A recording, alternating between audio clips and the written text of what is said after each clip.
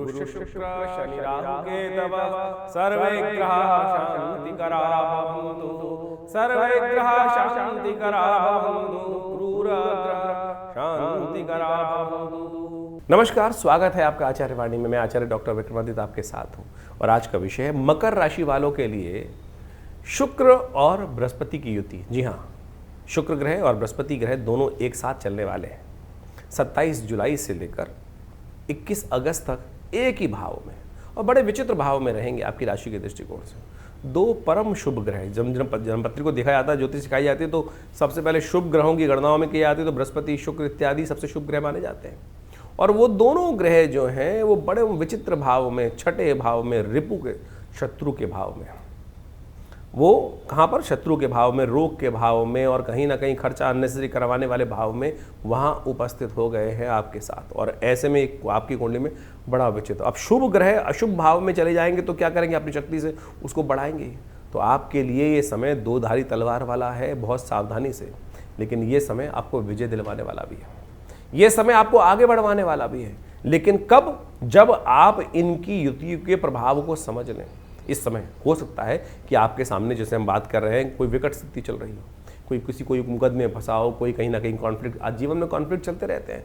तो ये ग्रहों की युति जो आपकी राशि में बन के आई है, ये रिपु भाव को मर्दन करने के लिए आई है, विजय दिलवाने के लिए आई है। यदि आप चाहें इस वक्त तो अपने, जहाँ जीवन में कोई, अगर मकर राशि वालों के लिए कोई कॉन्फ्लिक्ट चल रहा है, कहीं ना कहीं रुकावट उत्पन्न हो रखी है, कोई इस चीज़ में विजय प्राप्त कर ही नहीं रहे हैं और अटकाव है, कहीं ना कहीं कॉन्फ्लिक्ट चल रहा है, कोर्ट केस चल रहा है या कहीं से झगड़ा चल रहा है, तो उन सब से ये ग्रह आपको विशेष तौर पर आगे बढ़ाने के योग बनाता दिखाई दे रहा है। बृहस्पति और सब बाकी ग्रहों की युति भी देख लीजिए। इस वक्त बाकी ग्रहों की युति जो कुंडली में बनकर तैयार है इस वक्त, बस समस्या क्या है कि हम थोड़े से सही दिशा में काम नहीं कर पा रहे हैं।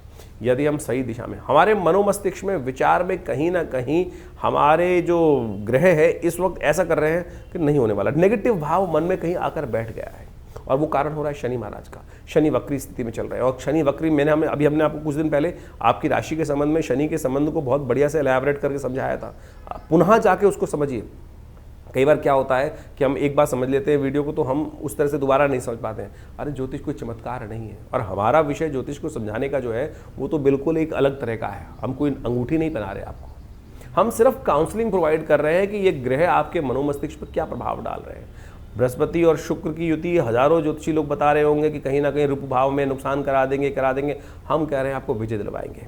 हम कह रहे हैं आपके जीवन में सफलता दिलवाने का मार्ग बहुत बढ़िया तरीके से। हाँ, स्वास्थ्य का ध्यान जरूर रखना पड़ेगा, इस बात को विशेष तौर पे ध्यान रखें। मन को शांत करते हुए कार्य करने का हमको प्रयास करना चाहिए। एक काम करें, एक काम बहुत श्रेष्ठ करें, श्वान कहीं दिखाई दे जाए, कुत्ता कहीं दिखाई दे जाए, उसको रोटी इत्यादि कुछ जरूर डाल दो।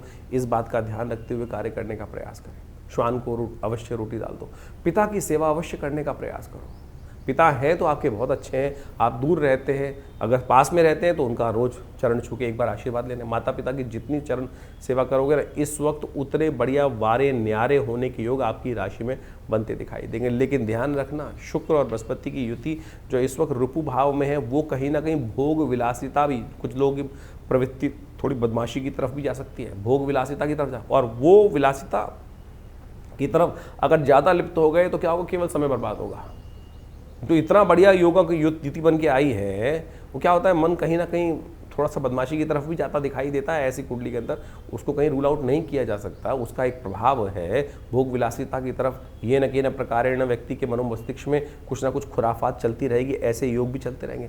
ऐसे में उसको शांत करने का हमको प्रयास करना चाहिए। पिता, गुरु, माता पिता के सानिध्य में बैठने का प्रयास करना चाहिए, थोड़ा उनका आशीर्वाद लेने का प्रयास करना चाहिए। तब क्या होगा, थोड़ी लगाम में रहोगे। और व्यक्ति यदि लगाम में रहता है तो क्या होता है, बहुत तेज गति से, अगर घोड़ा लगाम हटा दो घोड़े की तो क्या होगा, घोड़े की लगाम हटा दोगे तो क्या होगा, घोड़ा बिदक के कभी इधर भागे कभी इधर भागेगा। और आदमी ने क्या किया, घोड़े को लगाम में लगाया, उसको कंट्रोल में किया और फिर क्या की, बड़ी बड़ी विजय प्राप्त कर ली। क्या हुआ, यानी ऑर्गेनाइज्ड वे में काम। माता पिता, गुरु का सानिध्य, ये उपाय ही तो है, इसको करने का प्रयास करें। इस समय आपको आवश्यकता है, यदि आप मुकदमों में चल रहे हैं तो ग्रह योग दे रहे हैं कि एक महीने में आपके बहुत अटके हुए कार्यों को तेज गति से विजय प्राप्ति की तरफ ले जा सकते हैं। तो आप एक काम करें, भगवती महाकाली का यज्ञ करें, महाकाली के मंत्र का स्तवन करें, ऐसे में जो मुकदमों में दिक्कत चल रही है, नई विजय प्राप्त हो रही है, यदि दुर्गा आरती शमनी का प्रयोग भगवती के नाम से कर लिया जाए तो हमारा अनुभव ऐसा है कि रुके हुए कार्य बहुत तेज गति से इस वक्त, अब ग्रहों का गोचर क्या होता है कि लोहा गर्म में चोट मारने की देर है और काम पूर्ण होने के रास्ते बन सकते हैं। तो यदि आप इस समय गोचर के प्रभाव को समझने का प्रयास करेंगे तो इतना सुंदर योग आपकी राशि में बनकर तैयार है कि ऐसे में बहुत बढ़िया तरीके से आपके लिए लाभ के रास्ते खुल सकते हैं। हल्दी का टीका नित्यपति माथे में लगाने का प्रयास करें। और भी बहुत सारे उपाय हैं। इस बृहस्पति और शुक्र की युति को बहुत अच्छे समझने की जरूरत है। तो इस प्रकार से बृहस्पति और शुक्र की जो युति है वो आपने समझी।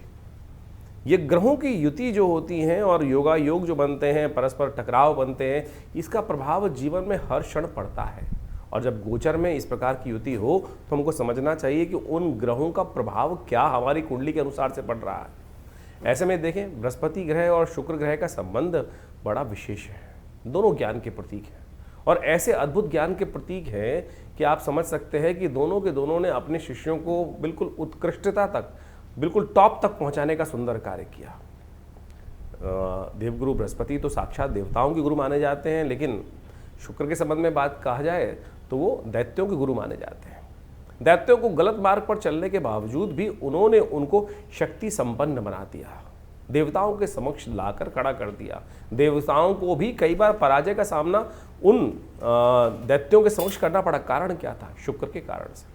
गुरु के जिस प्रकार से सानिध्य में रहकर गुरु के आदेशानुसार चलने के कारण से किस प्रकार का स्थिति उन्होंने, यानी केवल शुक्र के प्रभाव के कारण से।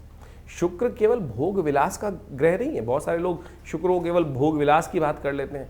शुक्र वास्तविक तौर पर ज्ञान का प्रतीक माना जाता है, युक्ति का प्रतीक माना जाता है, डिप्लोमेसी का प्रतीक माना जाता है। आज संसार में सबसे बड़ी आवश्यकता इस संसार में आगे बढ़ने के लिए डिप्लोमेसी की ही है। डिप्लोमेटिक तरीके से चाणक्य नीति के द्वारा किस प्रकार से हम आगे बढ़ने का कार्य कर सकते हैं। तो आप ये देखें कि 1 महीने तक करीब करीब जो शुक्र का और बृहस्पति का जो संबंध बनने वाला है, इसका प्रभाव क्या होने वाला है।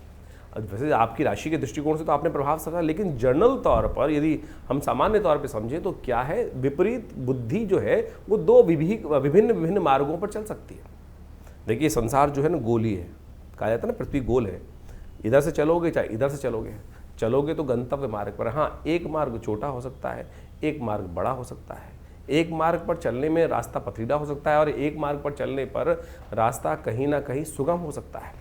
वो गुरु के सानिध्य पर, और उसका निष्कर्ष किस प्रकार से निकलना है और वहाँ किस प्रकार से सस्टेन अपने आप को करना है, ये वास्तविक तौर पर हमको सही दिशा समझ में आनी चाहिए। अब बृहस्पति और शुक्र की जो युति जो इस वक्त बन रही है, और वो भी बुध के भाव में, बुध की राशि में जो बनकर तैयार हो रही है, हो क्या रहा है कि सारा बुद्धि का खेल है।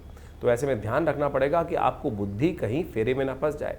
यानी हमारे मनोमस्तिष्क में क्या होता है कि एक भाव बैठा होता है पाप का, एक भाव बैठा होता है पुण्य का।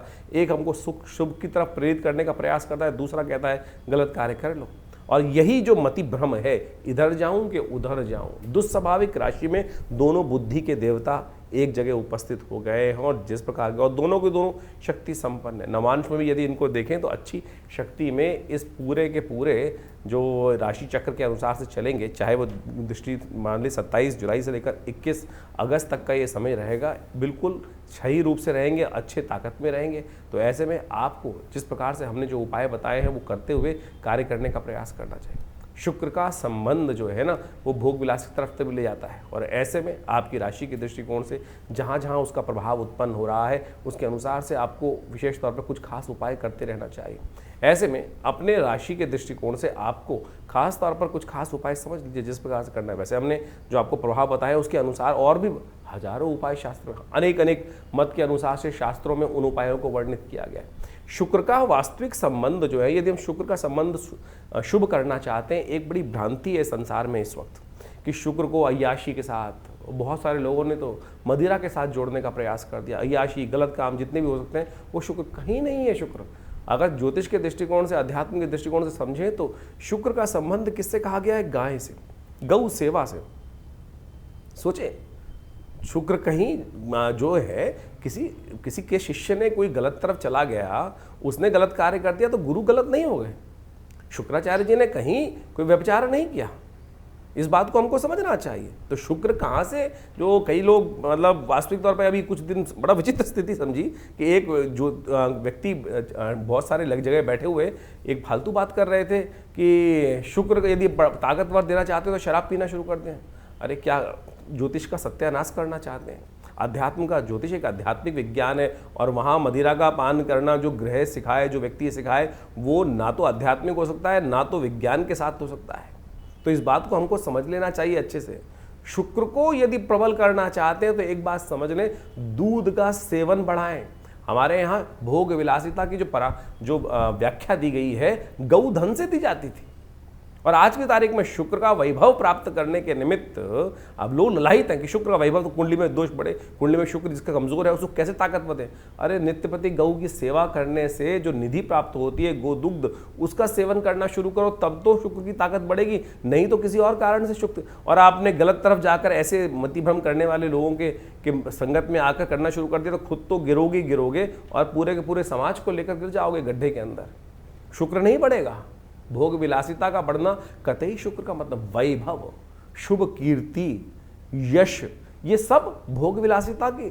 आप एक व्यक्ति अगर गलत तरफ जाकर आगे बढ़ना चाहता है तो वो आतंकवादी ही कहलाएगा। सद्गुणों से युक्त वैभवपूर्ण जीवन को जीवन जीने वाला धनाढ्य नहीं कहला सकता।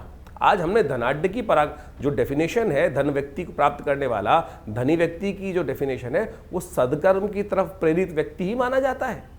तो सदकर्म की तरफ शुभ कर्म के तो इसलिए इन भ्रांतियों से बाहर निकलने का प्रयास करो। कहीं ऐसे लोग बहुत सारे आज की तारीख संसार में हैं जो मतिभ्रम करने का, जिस प्रकार से अभी एक वाक्य हमने आपके समक्ष रखा कि शराब यदि रोज पीना शुरू कर दो तो शुक्र बढ़ना शुरू हो जाएगा। कहीं नहीं ज्योतिष के अंदर इस प्रकार की, कहीं भी हर ज्योतिष के ग्रंथ में एक ही बात लिखी गई है, गणनाएं बताई जाती है। और लाल किताब को भी बहुत सारे लोग कोट करते हैं, तो कहीं भी लाल किताब में तो वहाँ के आगे कबाब और शबाब की तरफ जो जाएगा वो कहीं ना कहीं अपने आप को बर्बाद कर लेगा। तमाम तौर पे बहुत सारे ग्रहयोग के अनुसार से इस बात को वहाँ बहुत बढ़िया तरीके से समझाने का प्रयास किया गया है। तो ऐसे में यदि आप बृहस्पति और शुक्र की युति जो बन रही है उसको शुभ करना चाहते हैं तो गौ सेवा अवश्य करने का प्रयास करिए। अकाट्य प्रयोग है, चाहे आपका ग्रह कहीं भी बैठा हो।